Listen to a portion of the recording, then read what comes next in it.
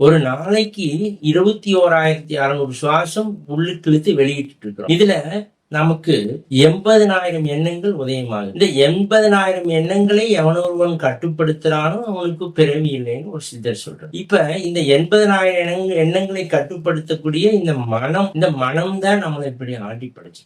இந்த மனசு எங்கிருந்து வந்தது? இது ஆத்மால இருந்து வந்தது. இது ஆத்மால போய் ஒடுங்கிடுச்சுன்னா அங்க மனம் ஒன்று இல்லை உந்தி பரன்னு ரமணன் சொல்றாரு. மனசுன்னு ஒண்ணு இல்லப்பா. இந்த மனம் அங்க போய் ஒடுங்கணும். அது ஒவ்வொரு நாளும் ஒடுங்குது. இந்த மனச இந்த 7வது அறிவு இழுத்துட்டு போயிடுது. ஒவ்வொரு நாள் இழுத்துட்டு போய் அதுக்கு தேவையான பலத்தை கொடுத்துட்டு திரும்ப காலையில நாம் எழுந்திரிச்சிடறோம். பலத்தோட எந்திரிக்கிறோம். அப்பேற்பட்ட இந்த மனம் மது செம்மையானால் மந்திரம் ஜபிக்க வேண்டாம். மனமது செம்மையானால் வாசியை நிறுத்த. ஒரு பாடல்ல சொல்றாரு வள்ளல் பெருமான், தன்னை அறிந்து இன்பமுற வெண்ணிலாவே ஒரு தந்திரம் நீ சொல்ல வேண்டும் வெண்ணிலாவே. தன்னை அறியணும். எவ்வளவு பாருங்க கருணை. தன்னை அறிந்து இன்பமுற வெண்ணிலாவே ஒரு தந்திரம் நீ எனக்கு சொல்ல வேண்டும். நாதர் முடி மேலிருக்கும் வெண்ணிலாவே நானும் வர வேண்டுகின்றேன் வெண்ணிலா. நீ மட்டும் சிவனுடைய நெற்றியில இருக்கு, என்னையே கூட்டிட்டு போ, நானும் அங்க வரணும்னு ஒரு ஆசை, பேராசையில அந்த ஒரு பாட்டு பாடுற. அப்ப தன்னை அறிந்து இன்பமுற, தன்னை அறிய தனக்கு ஒரு கேடு இல்லை, தன்னை அறியாமலே தானே கெடுகிறான். தன்னை அறியும் அறிவை அறிந்திடில் தன்னை ரட்சிக்க தானே.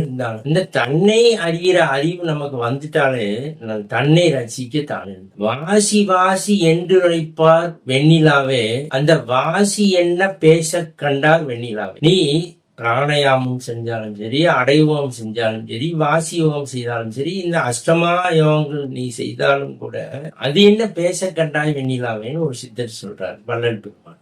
இந்த குண்டலிப்பால் வேண்டுகின்றேன் வெண்ணிலாவே. இந்த குண்டலிப்பால் எங்க இருக்கு? அந்த ஒளியில வரக்கூடிய அந்த பாலை நான் வேண்டுகின்றேன், நான் அதை அருந்தணும்னு சொல்றேன். அந்த ஒளியில வரக்கூடிய குண்டலிப்பால் வேண்டுகின்றேன் வெண்ணிலா. வள்ளல் பெருமான் அந்த ஒரு பாடல சொல்ற. அப்படி இந்த 6வது அறிவா இருக்கக்கூடிய நாம் மனிதன் தான்.